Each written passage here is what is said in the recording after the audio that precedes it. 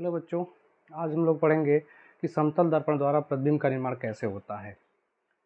तो चलिए शुरू करते हैं। सबसे पहले हम जान लें कि प्रतिबिंब है क्या। प्रतिबिंब क्या है, इमेज क्या है। चलिए देखिए, अगर दर्पण है यानी ऐसा सतह जिस पे दूसरी तरफ पालिश किया हुआ है तो उससे प्रकाश का परावर्तन होता, हमने पीछे पढ़ा है। आगे के वीडियो में हम लोग अपवर्तन पढ़ेंगे, जो कि पारदर्शी माध्यम से होता है, जहाँ प्रकाश आस पास निकल जाता है वहाँ पे अपवर्तन होता है। तो परावर्तन हो या अपवर्तन हो, दोनों चीज़ों में प्रतिबिंब बनेगा।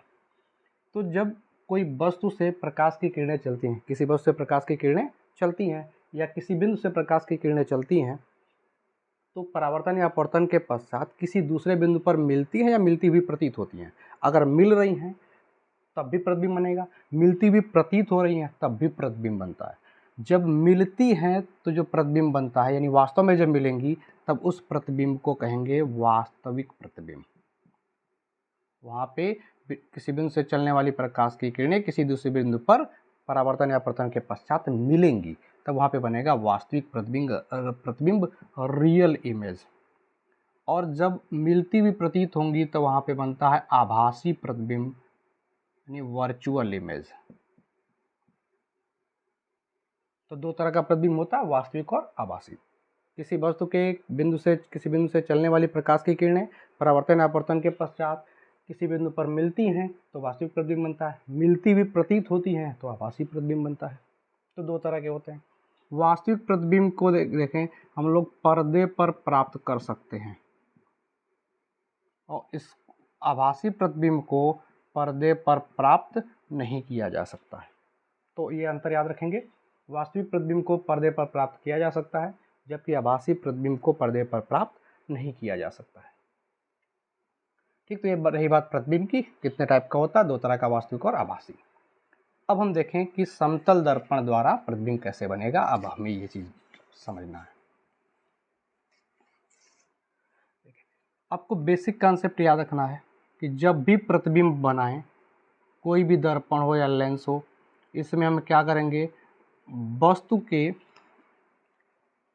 कुछ बिंदुओं से प्रकाश की किरणें ले जाएंगे। सामने दर्पण होगा या लेंस होगा, उस पर गिराएंगे, वहाँ से परावर्तन होगा या अपवर्तन होगा, जो भी होगा, उसके बाद वो किरणें जहाँ मिलेंगी उस बिंदु का प्रतिबिंब वहीं पर बनेगा। तो जैसे पहला में ले रहे हैं, पहला केस कि अगर एक बिंदु है, इसके सामने दर्पण है, दर्पण के सामने एक छोटा सा वस्तु है जिसको हम बिंदु मान सकते हैं। तो इसका में देखें प्रतिबिंब कैसे बनाएंगे, कहाँ बनाएंगे। तो हमें क्या करना होगा, इस बिंदु से चलने वाली कम से कम दो किरणें लेनी होंगी। तो एक किरण हम लेके मान लो गए, कहीं भी इस दर्पण पर ले जाओ, कहीं भी XYZ कहीं भी ले जा सकते हैं। ये मान ले इधर ले गए, सीधा चलता है प्रकाश। ये एक प्रकाश की किरण यहाँ पे गई, दर्पण पे पड़ी। दर्पण पे पड़ने के बाद इसका होगा परावर्तन। परावर्तन के लिए हमने पढ़ा है आप I बराबर R। तो यहाँ पर अगर अभिलंब खींच दें, ये अभिलंब होगा इसका, तो ये हो गया आपतन कोण I। इतना ही परावर्तन कोण होना चाहिए, तो उतने ही कोण पर इसको बना के ले जाएं। कोण सही से बराबर जब बनेगा तो रिजल्ट एकदम सही आएगा। ये R हो गया और ये I हो गया, तो I और R आपस में बराबर होने चाहिए। तो ये किरण I टकरा करके इधर परावर्तित होकर के चली गई। अब इसी बिंदु से एक और किरण इस दर्पण पर ले जाना है। देखें, इस बिंदु से अनंत किरणें चलती हैं, अनंत किरणें जाकर दर्पण पे पड़ेंगी, उसकी गिनती नहीं है, लेकिन हमें सिर्फ दो कहीं भी लेना है। तो क्या ले लिया, एक नीचे कहीं ले लेते हैं, कहीं भी ले सकते हैं, रिजल्ट वही आएगा हमेशा। चलिए यहाँ से एक किरण और ले गए, मन करे तो यहाँ से सीधा ले सकते हो, ऐसे ऐसे सब पे रिजल्ट आ जाएगा। तो ये ले गए। अब ये परावर्तन के बाद यहाँ इसका विलंब खींच दें, परावर्तन के बाद ये ऐसे जाएगा, ये ऊपर आपतन कोण और नीचे परावर्तन कोण दोनों आपस में बराबर होंगे। ये किरण चली गई। क्या ये दोनों किरणें जो इस बिंदु से चली थी, इस बिंदु को अगर हम मान लें O, तो दोनों किरणें जो परावर्तित हुई वो कहाँ जा रही हैं ऐसे, क्या ये वास्तव में आगे मिलेंगी, कहीं नहीं मिलेंगी, लेकिन हमें ऐसा लगेगा, ये लगेगा कि ये यहाँ से पीछे हुए से कहीं आ रही हैं, पीछे से। इनको अगर सीधा पीछे बढ़ाया जाए,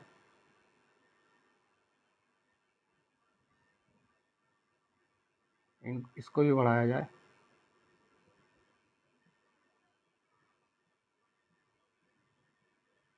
तेज आ गया, देखिए जब स्केल से और एंगल कोण बराबर बराबर बनाएंगे और स्केल सीधी लाइन खींचेंगे तो देखेंगे कि जितना दूर ये वस्तु है यानी ऑब्जेक्ट है उतनी ही दूरी पर ये इमेज बनेगा यानी प्रतिबिंब बनेगा। इसको मान लें आई। सेम उतनी ही दूरी पर जैसे इसके पीछे बनता है। ठीक है, अब इस प्रतिबिंब को कैसा प्रतिबिंब बोलेंगे? क्योंकि प्रकाश मिला नहीं, मिलता हुआ प्रतीत हो रहा है तो इसको हम कहेंगे आभासी प्रतिबिंब है। ये प्रतिबिंब कैसा हमारा वर्चुअल इमेज है, आभासी प्रतिबिंब है। तो यहाँ हमारा बन गया वर्चुअल इमेज, आभासी प्रतिबिंब। और प्रतिबिंब कहाँ बना? दर्पण के पीछे, इसीलिए आभासी है। तो दर्पण के पीछे आभासी प्रतिबिंब बना। कितनी दूरी पर बना? उतनी ही दूरी पर जितनी दूरी पर वस्तु रखा हुआ था। दर्पण से जितनी दूरी पर रखेंगे उतनी दूरी पर बनेगा। एक रिजल्ट हमें मिल गया। चले दूसरी चीज, अब एक थोड़ी सी बड़ी वस्तु लें जिसको बिंदु ना माने। थोड़ी सी बड़ी वस्तु ले लेते हैं। ये दर्पण हो गया, सामने एक वस्तु है, ये एक छड़ है। इसको बोल दिया ए, इसको बोल दिया बी। इस सिरे को ए नाम दे दिया, इसको बी दे दिया। देखें इसका प्रतिबिंब कैसा बनेगा। अब इसके लिए हमें क्या करना होगा? वस्तु के जो दो किनारे हैं दोनों किनारों का प्रतिबिंब बनाएंगे। इसका भी बनाएंगे और नीचे वाले का भी बनाएंगे और फिर दोनों को मिला देंगे तो इसका पूरा प्रतिबिंब बन जाएगा। अब ए का प्रतिबिंब, बिंदु ए का प्रतिबिंब प्राप्त करना है तो यहाँ से चलने वाली दो किरणें लेंगे। बताया था कहीं भी ले जा सकते हैं, दर्पण पे पड़ना चाहिए बस। तो एक ऐसे ले गए, परावर्तन के पश्चात इधर चला गया। यहाँ पे देख लेंगे कोण बराबर बनाएंगे आई और आर, तभी सही आएगा रिजल्ट। इसको पीछे बढ़ा दें, इस प्रकाश को जो परावर्तित होकर गया इसको पीछे लाके देखें डॉटेड करके कहाँ जा रहा है, ऐसे जाएगा।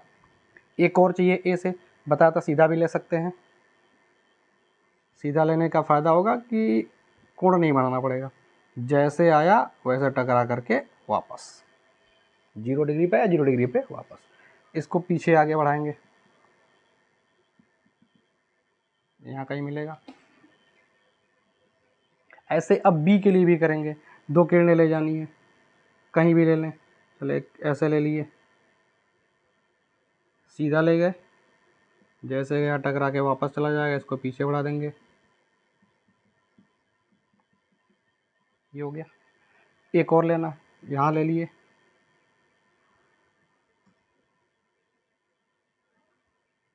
यहाँ से परावर्तित हो कैसे जाएगा, यहाँ कोण देख लेंगे, आई और आर बराबर बनाएंगे।